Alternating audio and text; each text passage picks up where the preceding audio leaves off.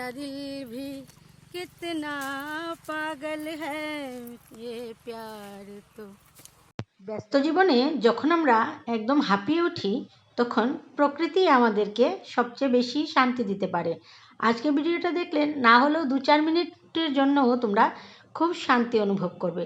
তাহলে চলো শুরু করি আজকের ব্লগটা। যেহেতু সোমবার মানে স্যাটারডেতে বিয়ে হয়েছে, সানডেতে বাসি বিয়ে ছিল, আমরা ঘুরতে গেলাম বিকেলে। আজকে হলো মানডে।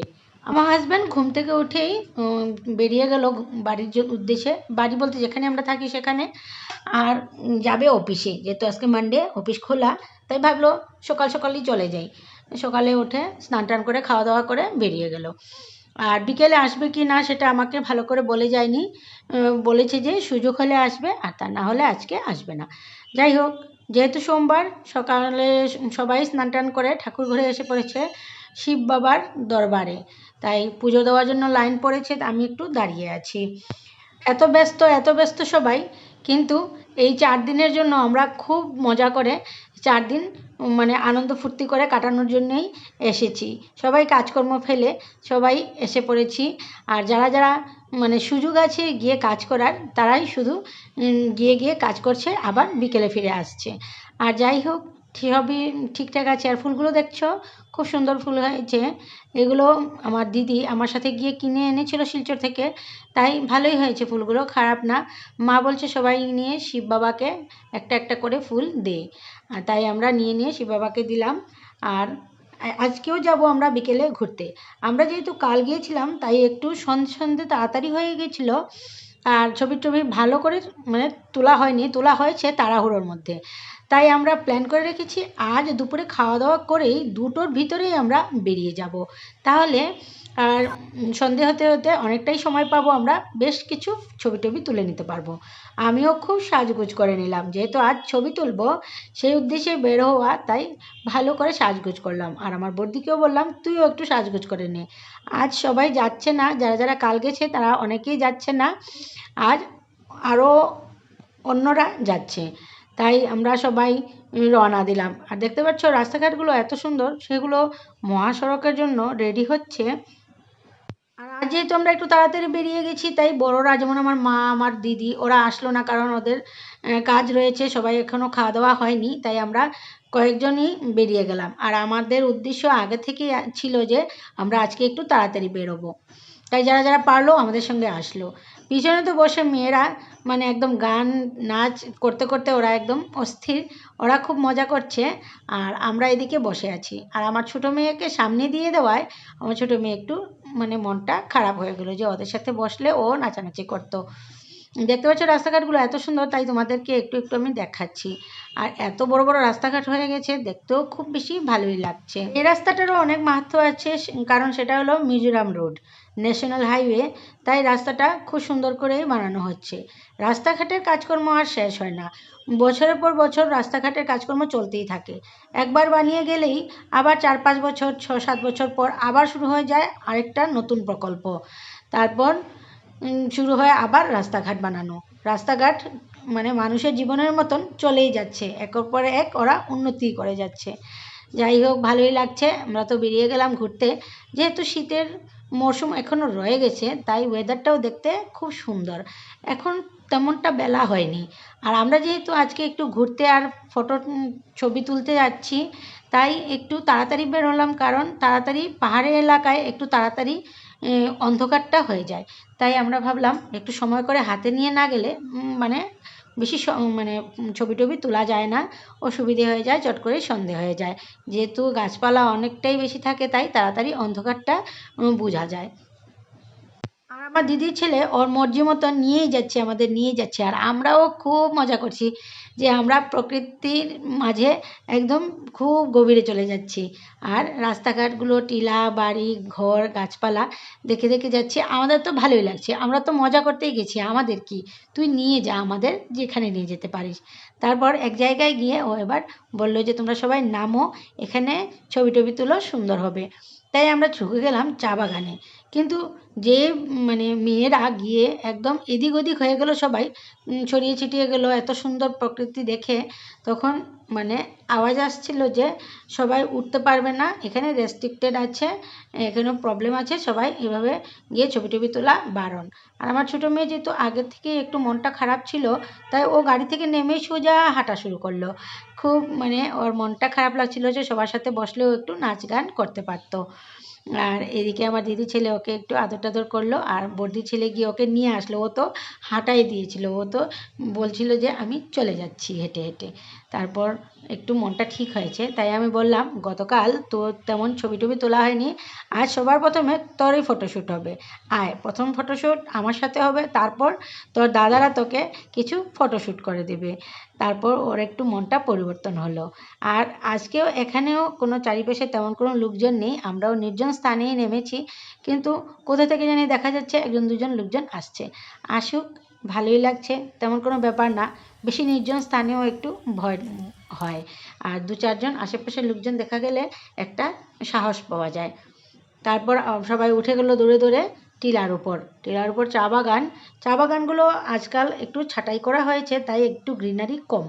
আর আমি আর আমার বর্দি উঠে গেলাম টিলার উপর, বলছি যে চল একবার টিলার উপরে গিয়ে দেখে আসি। মেয়েরা তো সবাই বেরিয়ে গেছে, ওরা উঠে গেছে, ওরা তো ছবি টবি তুলছে, ওদের খুব ভালোই লাগছে। এখানে আছে আমার দুই মেয়ের সাথে আমার মানে আমার এক কাকাতো ভাইয়ের মেয়ে, আর আছে আমার কাকাতো বোনের মেয়ে।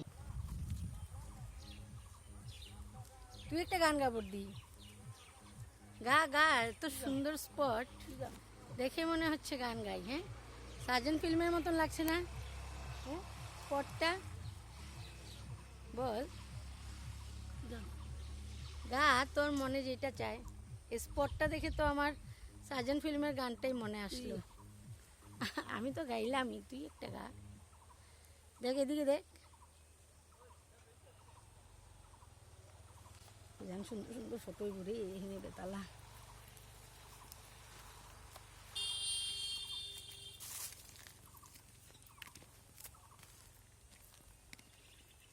উফ, দারুণ দারুণ। ভিতরের দিকে আরও জায়গা যেগুলো আছে একদম মানে বড়িয়া, সুপার, স্পিচলেস।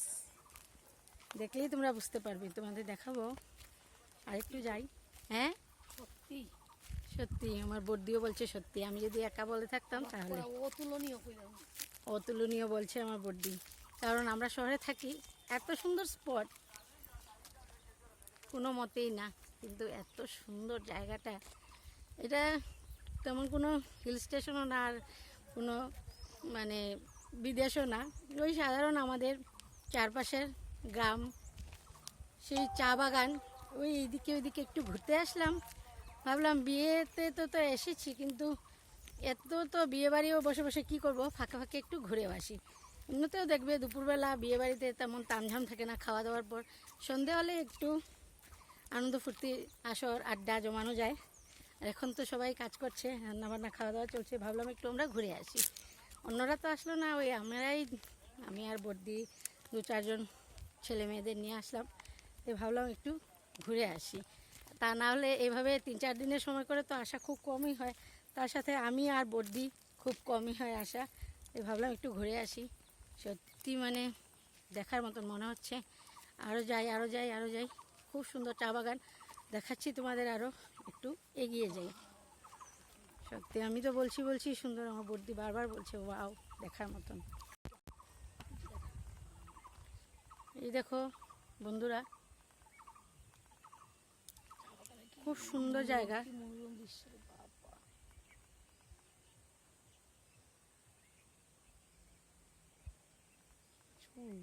সৌন্দর্য খুঁজতে না কাশ্মীর যেতে লাগে না, যে চারিপাশে সৌন্দর্য অনুভব করা যায়, এটিও কাশ্মীর। সত্যি রূপ দেখার চোখ থাকলেই যথেষ্ট। কোনো একজন বলেছিলেন, মহাপুরুষ,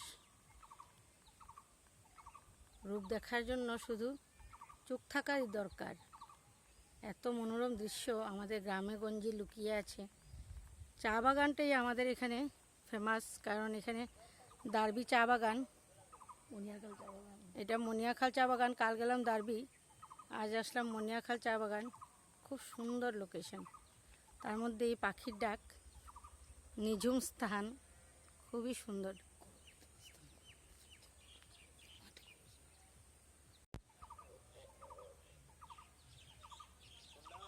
গরুগুলো একদম শান্ত মনে ওরা ঘাস খাচ্ছে, ওদের কোনো টেনশন নেই, ওদের কোনো ভাবনা নেই, শান্তি শান্তি।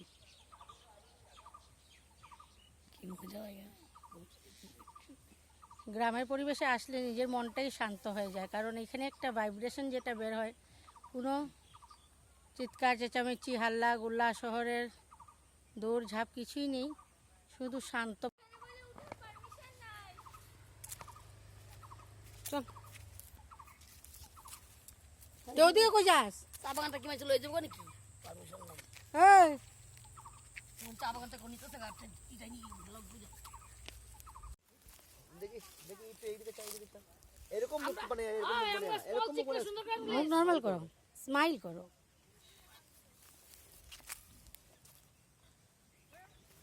একটু ওইদিকে চা তো, সূর্যের দিকে চা তো। মুখটা সুন্দর। হাস হাস স্মাইল কর। এরকম না, দাঁত দেখা যায় না। হোয়াইট স্মল স্টিক যা ওই সুন্দর যে। দেখো।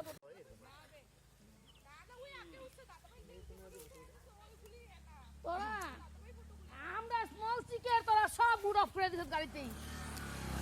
হ্যাঁ? এরকম একটা ওই ছোট হলো। হোয়াইট স্মল স্টিক তোরা পাবি কোন আনে? মাসিমণি একটু আগে যাও না, একটু আগে যাও না এখানে আও। কাকা দাদা ভাই খুব ভালো পোজে বইছো তো। ওটা আরো উঠে দিছি।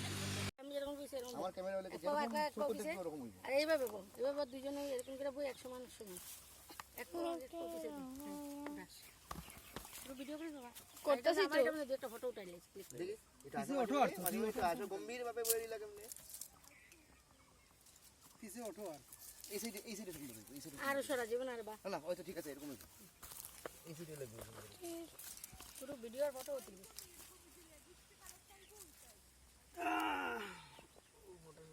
ভিডিও করতেছি তো। ভিডিও করতেছি। কি কে? অনেক ছবি তুললাম, অনেক ভিডিও করলাম, আর ঘোরাঘুরি পর্ব এখানেই শেষ না। ভিডিওটা অনেকটাই লম্বা হয়ে যাচ্ছে, তাই আমি আজকে অর্ধেকই কেটে দিলাম। তারপর আরও যে ছবি, আরও যে লোকেশনটা ছিল আরও বেশি সুন্দর ছিল, সেটা আসবে নেক্সট ব্লগে। আর আজ তো যেহেতু সোমবার, তাও বিয়ে বাড়িতে আমরা মানডেতে আমরা ভেজ খাই, তাহলে কি খাওয়া দাওয়া করলাম সেটাও দেখাইনি। তাহলে নেক্সট ভিডিওতে আমি তোমাদের অবশ্যই দেখাবো যে আমরা বিয়েবাড়িতেও সোমবার হয়ে কি খেয়েছিলাম। তারপর তোমাদের এই ছবিগুলো আর ছোট ছোট যেগুলো ভিডিও বানিয়েছিলাম সেগুলো আপলোড করব।